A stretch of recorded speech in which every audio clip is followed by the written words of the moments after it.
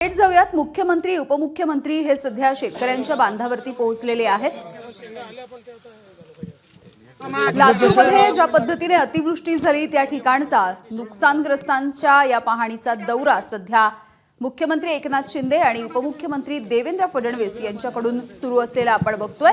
ही थेट दृश्य आहेत लातूरमधली. सध्या मराठवाडा आणि विदर्भाला मुसळधार पावसानं झोडपून काढलेलं आहे. शेकडो आणि हजारो हेक्टरवरच्या ज्या शेती आहे त्या शेतीचं मोठं नुकसान झालेलं आहे. उभ्या पिकांनी माना टाकलेल्या बघायला मिळत आहेत आणि याच पार्श्वभूमीवर सध्या मुख्यमंत्री आणि उपमुख्यमंत्री हा पाहणीचा दौरा करतायत. हा का ना मग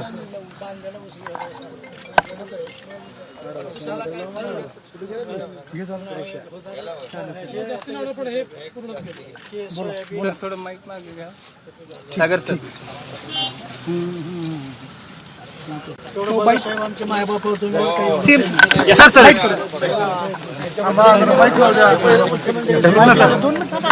थोडं पुढे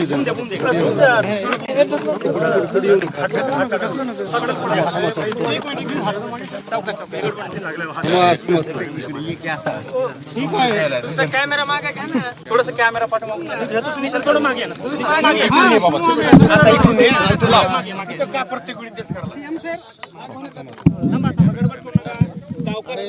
पाठी थोडे पाठी मागे थोडं मागे थोडं मागे.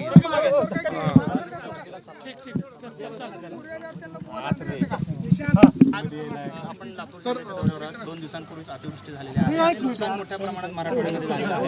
कशा पद्धतीने आपण पाहणी केलेली आहे, काय चित्र पाहायला मिळतं आणि शासन शेतकऱ्यांना काय दिलासा देणार आहे? नाही, जेव्हा मराठवाड्यात अतिवृष्टी झाली त्याच वेळेस आयुक्त जिल्हाधिकारी की तात्काळ त्याचे पंचनामे करा आणि कृषी मंत्री देखील आमच्या संपर्कात होते, तेही फिरत होते. आणि आज इकडे आम्ही आल्यानंतर या जिल्ह्यात देखील सोयाबीनचं नुकसान झालं. मागच्या शेतात गेलो होतो तर पूर्ण शेतामध्ये पाणी होतं. त्यामुळे युद्ध पातळीवर पंचनामे होतील आणि शेतकऱ्यांना मदत मिळेल. आणि शेतकऱ्यांना आपल्याला माहीत आहे, मदत देताना आम्ही कधी नियम निकष सगळे बाजूला ठेवले. NDRFचे नियम बाजूला ठेवले, 2 हेक्टरचे 3 हेक्टर केले आणि शेतकऱ्यांच्या पाठीशी सरकार उभं राहिलेलं आहे. आणि म्हणून यावेळेस देखील चांगली पिकं हातातोंडाशी आलेली, पावसामुळे अतिवृष्टीमुळे याचं नुकसान झालेलं आहे. त्यामुळे शेतकऱ्यांच्या मागे सरकार पूर्ण ताकदीने उभं राहील. पंचनामे युद्ध पातळीवर झाले की त्यांना आम्ही नुकसान भरपाई तात्काळ देऊ. नाही, आता याच्यामध्ये पहिलं पंचनामे झाले की त्याचा अहवाल येईल. अहवाल आल्यानंतर मग पुढचं आम्ही जे काही आतापर्यंत केलं आहे, आतापर्यंत आम्ही नियम निकष विकस सगळे बाजूला. तसंच मागच्या शेतात तर पूर्णपणे पाण्यातच शेत होतं. हे तर शेंगा आल्यात, पण हे शेंगा आता काय उपयोगाच्या नाही आहेत. त्यामुळे झालेलं नुकसान शेतकऱ्यांचं आहे आणि त्याचं नक्कीच सरकार त्याचं नुकसान भरपाई शेतकऱ्याला देईल. आणि तेरणाचा जो संगम होतो औरा शहाजानीजवळ लातूर जिल्ह्यात, कर्नाटकामध्ये ते पाणी जातं आणि तिथलं जे कोगळी बॅरेजेस आहे त्याचे दरवाजे योग्य वेळी न उघडल्या कारणानं बॅकवॉटरमुळे पाण्यात गेली. ते दरवर्षी होतं. नाही, बरोबर आहे. त्याची देखील माहिती घेऊन त्याचा कायम कसा त्याचा उपाययोजना केली जाईल ते आपण करू. पण आता सध्या शेतकऱ्याच्या मागे उभं राहणं हे गरजेचं आहे आणि सरकार आतापर्यंत जशी सरकारने मदत केली शेतकऱ्याला तशी मदत करेल. असं आहे की माननीय मुख्यमंत्र्यांनी सांगितलं आहे, आम्ही आता इथली पाहणी केली आहे आणि विशेषतः सोयाबीनचं मोठं नुकसान आपल्याला पाहायला मिळत आहे. मुख्यमंत्री मोदयांनी मदत करण्याचा निर्णय त्यात ऑलरेडी जाहीर केलेला आहे आणि पंचनामे लवकर करून, कारण आपल्याला एकूण नुकसान किती याची माहिती घेतल्यावरच बाकी सगळ्या गोष्टी करता येतात, ते अतिशय वेगाने होईल. मला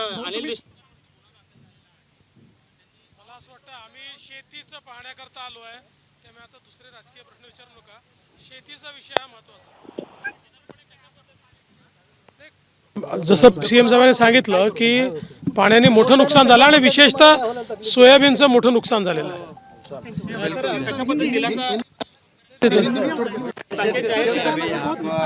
जो मराठवाड़ा में लातूर ज़िले में हम है, परभनी बीड़ ये ज़िलों में भी ऐसा नुकसान हुआ है. जैसे बारिश हुई तेज, विभागीय आयुक्त और जिलाधिकारियों को हमने सूचित किया था कि जल्द से जल्द पंचनामे हो जाए और उनके जितने नुकसान हुआ है उसका अहवाल शासन को भेज दिया जाए.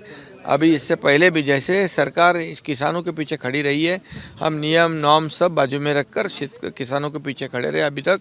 ऐसे इस बार भी सोयाबीन की खेती का बहुत नुकसान हुआ है। पिछले दूसरे खेत में तो पूरी तरह पानी है, यहाँ भी पानी से सोयाबीन का नुकसान हुआ है। निश्चित रूप से सरकार हमेशा किसानों के पीछे रही है। इस बार भी सरकार एबीपी माझा, उघडा डोळे बघा नीट।